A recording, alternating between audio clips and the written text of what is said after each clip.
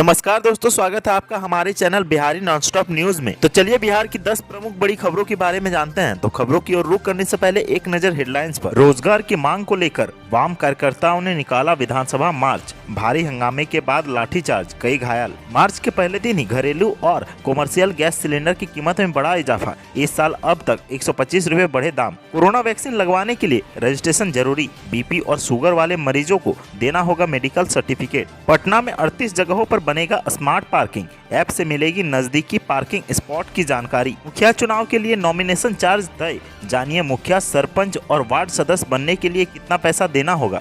मंत्री अशोक चौधरी ने लगाए 70 पेड़। सीएम नीतीश के बर्थडे पर पर्यावरण संरक्षण का दिया संदेश। बिहार के मुख्य सचिव और शिक्षा विभाग के प्रधान सचिव के खिलाफ हाईकोर्ट में शिकायत। शिक्षकों के ईपीएफ मामले में अवमानना वाद दायर।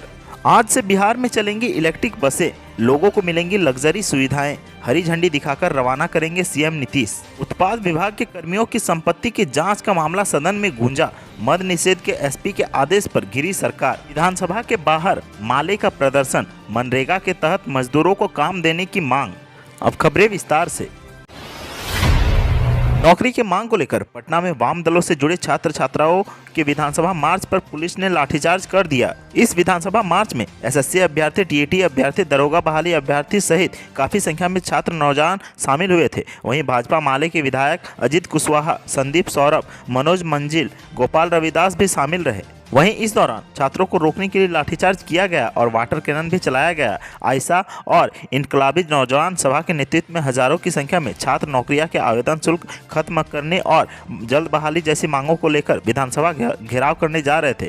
जेपी गोलंबर पर मोरिया होटल के पास रास्ता रोके जाने पर मार्च कर रहे लोग उग्र हो गए और बैरिकेड तोड़ आगे बढ़ने की कोशिश करने लगे। पुलिस ने पहले कई बार आंसू गैस छोड़े, फिर वाटर कैनन का इस्तेमाल किया। प्रदर्शनकारी छात्र इसके बाद भी आगे जाने को लेकर अड़े रहे, तब पुलिस ने लाठीचार्ज किया। बिहार में मार्च के पहले दिन ही फिर से एलपीजी गैस सिलेंडर की कीमत में 25 रुपये का इजाफा हुआ है। वहीं दूसरी ओर कॉमर्शियल गैस सिलेंडर की 97 रुपये महंगा हुआ है। इससे पहले फरवरी के महीने में गैस सिलेंडर की कीमत में 100 रुपये का उछाल आई थी। कीमत में आई तेजी के साथ पटना में अब घरेलू गैस सिलेंडर के दाम 892 रुपये से बढ़कर 917.50 रुपये हो गए हैं। वहीं 19 किलो वाले कॉमर्शियल गैस सिलेंडर के दाम 97 रुपये की बढ़ोतरी की गई है। अब पटना में इस सिलेंडर की कीमत 1810 रुपये हो गई है। पहले इसकी कीमत 1713 रुपये प्रति सिलेंडर थी। बिहार में अब आम लोगों को भी कोरोना का वैक्सीन लगना शुरू हो गया है। कोरोना जैसी वैश्विक महामारी से लड़ने के लिए पूरे देश में वैक्सीनेशन का कार्य चल रहा है। पहले चरण में डॉक्टर व स्वास्थ्यकर्मी को कोरोना का वैक्सीन दिया गया। दूसरे चरण में फ्रंटलाइन वर्कर्स को भी वैक्सीन लगाया गया। तीसरे चरण में अब आम लोगों के लिए भी वैक्सीन की उपलब्ध है, जिसकी शुरुआत सोमवार को सदर अस्पताल से की गई है। सदर अस्पताल में 4-5 लोगों को वैक्सीन दिया गया है। जिन्हें वैक्सीन दिया गया है उनकी उम्र 50 से ऊपर थी। अभी वैसे लोगों को ही वैक्सीन देना है जो 50 से ऊपर है। हालांकि शुगर और बीपी वाले मरीजों को भी कोरोना का वैक्सीन दिया जाएगा, जबकि उनके लिए प्रावधान यह है कि उन्हें मेडिकल सर्टिफिकेट देना पड़ेगा। इसके लिए आरोग्य सेतु ऐप पर स्वयं रजिस्ट्रेशन कराना होगा अथवा सरकारी अस्पताल में जाकर रजिस्ट्रेशन कराना पड़ेगा।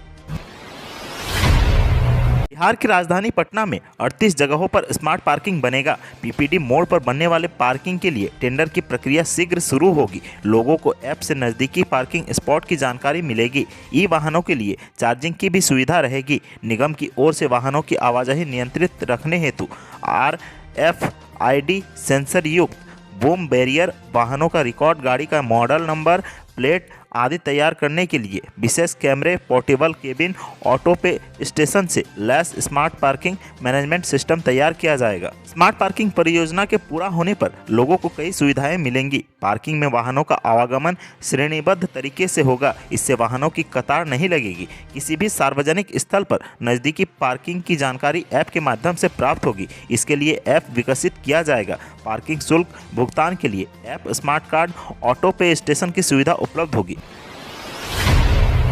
बिहार में पंचायत चुनाव की तैयारी जोर शोर के साथ की जा रही है। मुखिया, सरपंच, जिला परिषद और पंचायत समिति सदस्य समेत 6 पदों के लिए एक साथ चुनाव होने वाला है। चुनाव की तैयारी अंतिम चरणों में है। राज्य निर्वाचन आयोग ने गाइडलाइन जारी कर दी है। साथ ही आयोग ने इन पदों पर चुनाव में खड़े होने वाले उम्मीदवारों के लिए नॉमिनेशन चार्ज भी तय कर दिया है। निर्वाचन आयोग के मुताबिक सबसे ज़्यादा जिला परिषद के उम्मीदवारों को 2,000 रुपये देने होंगे। राज्य निर्वाचन आयोग की ओर से जारी गाइडलाइन के मुताबिक कोई भी एक व्यक्ति एक साथ एक से अधिक पदों के लिए चुनाव लड़ सकता है, लेकिन उसे अलग अलग पद के नामांकन करना होगा और शुल्क जमा करना होगा। नामांकन शुल्क कोषागार में चालान से जमा होगा या नगद राशि प्राप्त कर नाजिर रसीद दी जाएगी।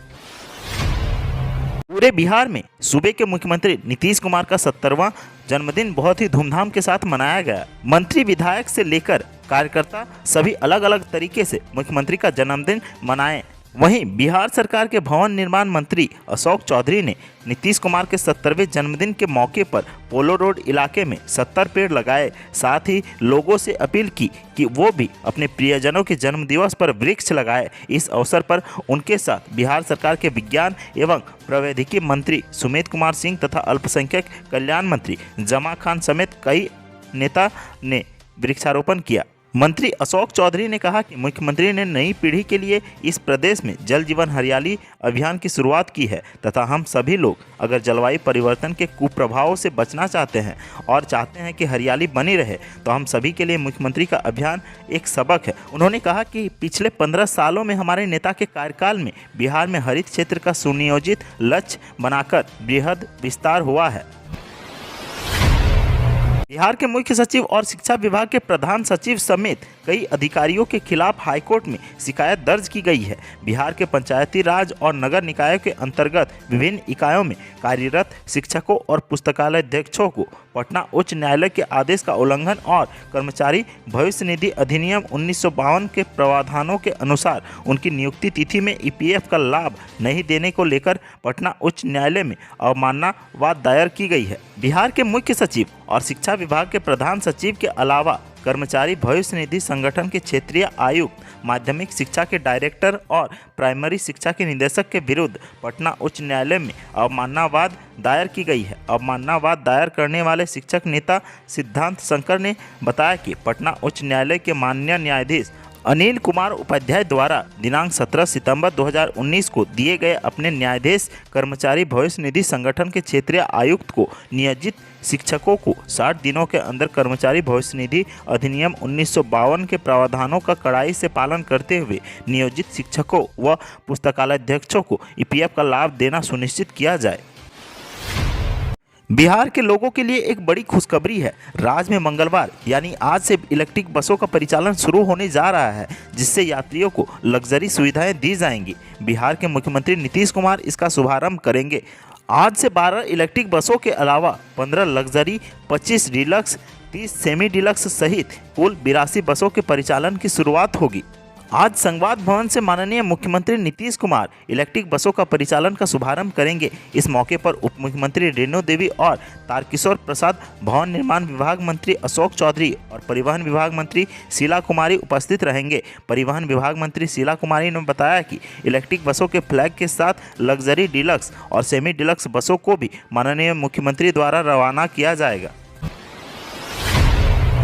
पिछले दिनों बिहार के मद निषेध एसपी रहे राकेश कुमार की तरफ से उत्पाद विभाग के कर्मियों की संपत्ति जांच को लेकर दिशा निर्देश जारी किए जाने के मामले में नीतीश सरकार सदन में घिर गई है। विधानसभा में आरजेडी के विधायक ललित यादव ने मद निषेध एसपी के तरफ से दिए गए आदेश और उसको निरस्त करने के लिए पुलिस मुख्यालय की तरफ से जारी किए गए आदेश को लेकर सवाल किया है। इसके जवाब में सरकार की तरफ से प्रभारी मंत्री विजेंद्र यादव ने कहा कि चूंकि मद निषेध एसपी ने किसी स्पेसिफिक मामले की जानकारी नहीं दी थी, इसीलिए इस आदेश को निरस्त किया गया। सरकार के जवाब पर असंतोष जताते हुए आरजेडी विधायक ने कहा कि क्या उत्पाद विभाग के कर्मियों की संपत्ति जांच नहीं कराई जा सकती है। सरकार ने इस सवाल के जवाब में कहा कि अगर किसी व्यक्ति विशेष या फिर स्पेसिफिक मामले को लेकर संपत्ति जांच की मांग उठती है तो सरकार उसे कराती, लेकिन एसपी मद निषेध की तरफ से जो आदेश दिया गया था वह ठीक नहीं होने के कारण इसे रद्द किया गया है।